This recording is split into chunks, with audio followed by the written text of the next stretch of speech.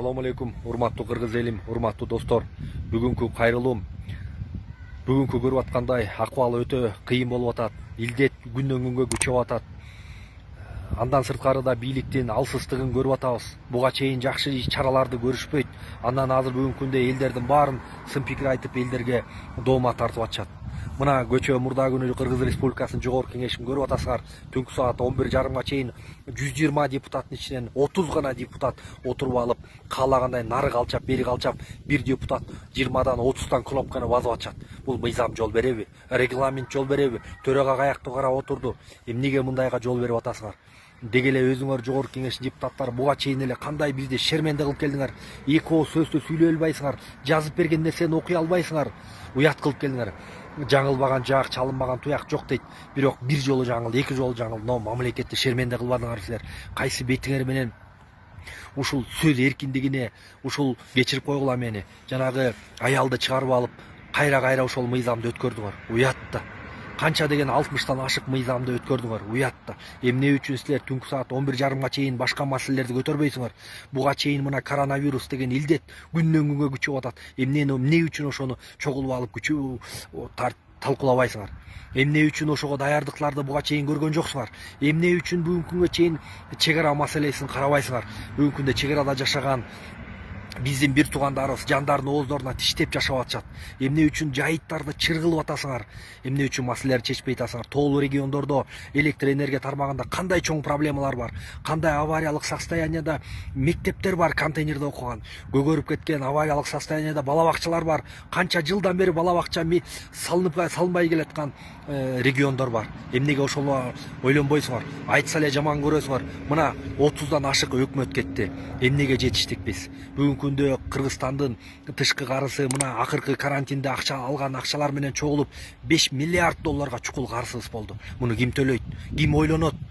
Азыр жаңы төрөлгөн бала 3 күндүн ичинде чыкканда туулганы жөнүндө күбөлүк алат. Ошо күбөлүк алганда эч наристе, эч күнөөсү жок наристеге 800 доллардан ашык доллар моюнда карыз илинип атат. А жеген ким, ичкен ким, бирөөнүн артын жалаган ким, бирөөнү аталап апалаган ким, саткан ким, Кудайдан коркпогон ким, тендерлерди жеген ким, налогтон жеген ким, таможнядан жеген ким?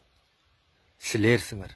Карапайым калк эмес. Кимдин 10 квартира тамы бар, кимден кабат этаж үйлөрү жана башка жерлерде укмуш бизнестери бар, кычыраган маштелери бар? Ким? Карапайым элде жок.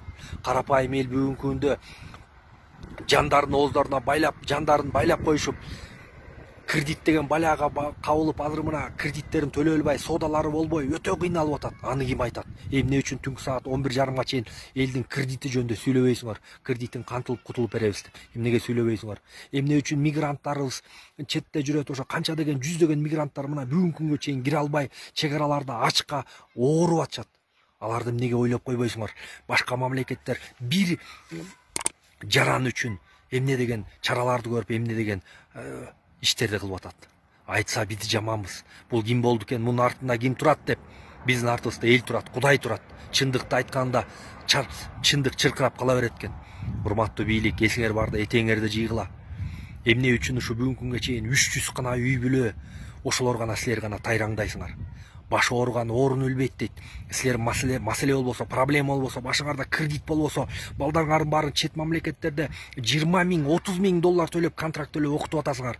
Эмне үчүн биздин балдар биякта ушинтип авариялык состоянияда болгон мектептерде, бала бакчада окуш керек? Биз дагы ошого татыктуубуз. Бийликтин ээси ким? Бийликтин ээси карапайым эл. Биз болбосок мамлекеттин казнасын ким толтуруп атат? Бизге окшогон жеке ишкерлер аспы көппү көрсө көл болот дегендей мамлекеттин казнасын толтуруп аткан биз. Ошол аспы көппү? Канча деген салыктарды, канча деген таможенный пошлиналарды биз төлөп атабыз. Ошолорду силер толугу менен жеткирбей атасыңар. Мамлекеттин канын соруп атасыңар. Мамлекеттин ичинде жашап аткан майып, мунжулар, жетим жесирлерге келген ырыскылардын баарын соруп атасыңар. Бир күн келет, Кудай таламдын алдына жооп бересиңер. Ошон үчүн 300 гана үй бүлө жыргап атасыңар. Баягы эле куда сөөк, бала бакча, балалар, өкүл балдар, бажалар силер эле. Ойлоп атасыңар, кайра келебиз, акча менен урабыз, элдин добушун сатып алабыз, эл эмне алданат деп. Кудайын бетин ара кылсын. Мен толугу менен ишенем, мен болбойн депутат. Бирок Кудайым буйрса, алтын муунубуз чыгып келатат. Артыбызда илимдүү, билимдүү балдар бар. шумдук балдар бар, иштин көзүн билген эжелер бар, байкелер бар, ошолор болот. Кудайым буйрса, үнүбүздү, добушубузду сатпайлы, урматтуу туугандар. Буйрса баары жакшы болот. Үнүбүздү, добушубузду сатпайлы, ушул арамдарга, арам нерселерге аралашпайлы, арамдарды албайлы. Кудай таламдын алдында жооп берчү, булар күн келет. Булар саткындар. Бүгүн көрдүңөрбү, бийликке ким келсе, ошолордун болгон жерин жалап атышат. Бийликтен ал кетсе аны жемелеп атышат.